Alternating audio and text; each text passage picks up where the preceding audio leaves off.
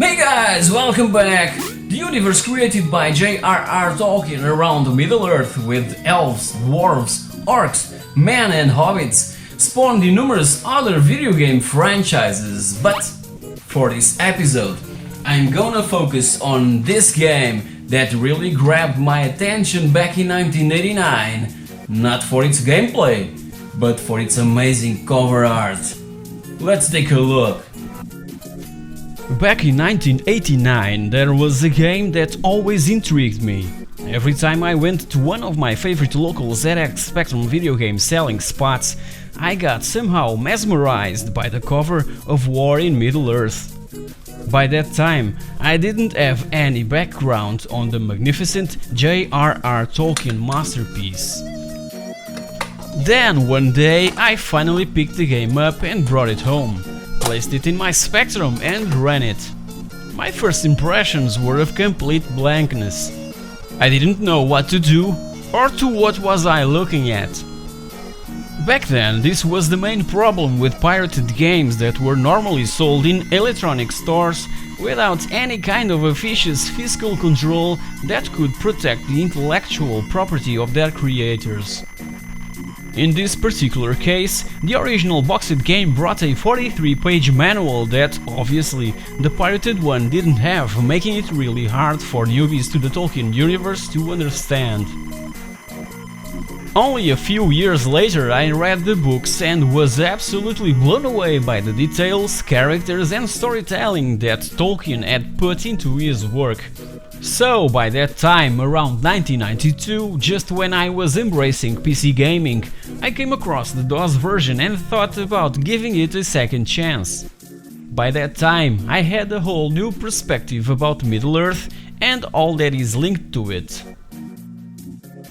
The game was released for the ZX Spectrum, Amstrad CPC, Commodore 64, Apple II GS, Atari ST, Amiga and DOS in 1988 by the Australian software company Melbourne House.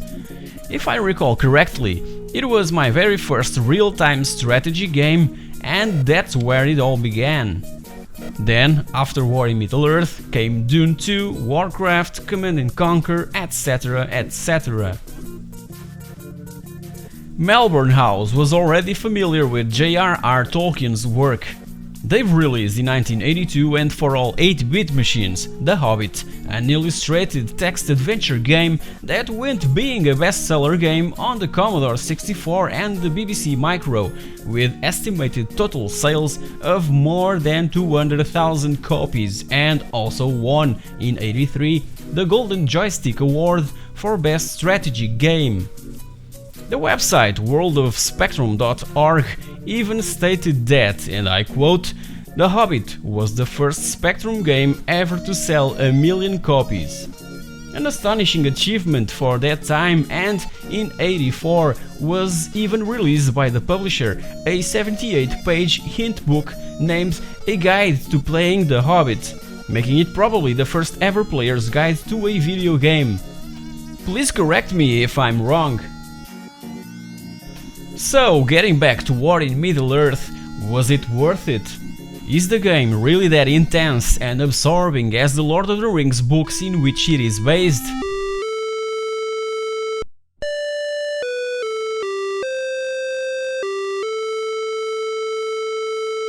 The concept for this title was pulled off by Mike Singleton, a former English teacher and very successful 80s British author and freelance game designer that unfortunately left us in 2012. He was considered the father of home computer gaming, and his work will live on forever, cause many of today's titles had their roots in this man's head. War in Middle-earth is a fairly huge game set in a gigantic fantasy world that even to this day drags a countless number of fans that unite at this one and only webpage exclusively dedicated to the game. It combined both a large-scale army unit level and a small-scale character level, and everything just happened simultaneously. Middle-earth Westlands map is also a very important item for us to use, and a physical copy of it came inside the box. The game's plot is obviously similar to the one from the books. The 16-bit versions add additional adventuring features depicting the events from the Shire to Mount Doom. Right at the start, Frodo, Pippin and Sam are surrounded by Nazgul riders and their first task is to travel to Rivendell, although we're free to decide the game's own progression. The main goal is to take the ring to Mount Doom, but how we do it is completely up to us, the player. In the books, the ring bearer is Frodo, but in War in Middle-earth, Frodo can die. If this occurs, the ring simply passes to other character, but if it falls into the hands of the enemy, it will be taken to Barad-dûr, Sauron's fortress in Mordor, and our quest will be forever lost. Also, if the enemy forces manages to enslave 3 allied citadels, the game will also end. So let's go find some treasures and recruit armies in this early, amazing and involving real-time strategy and role-playing game. Every time we start a new game, a new adventure will also take place, cause there's plenty to do, like for instance, rethink new strategies and find all hidden objects. Besides that first huge impact on the amazing cover art from that little plastic case from the ZX Spectrum game, the 8-bit versions of War in Middle-earth failed to impress. However, the 16-bit ones were considerably enhanced and all play and look identical.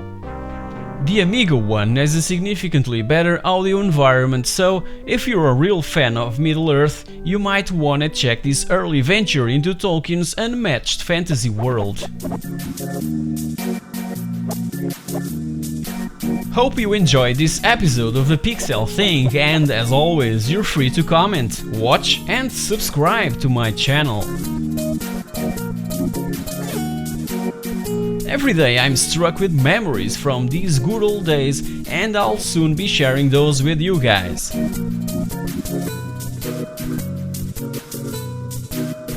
Thank you very much for watching, and I'll see you all next week.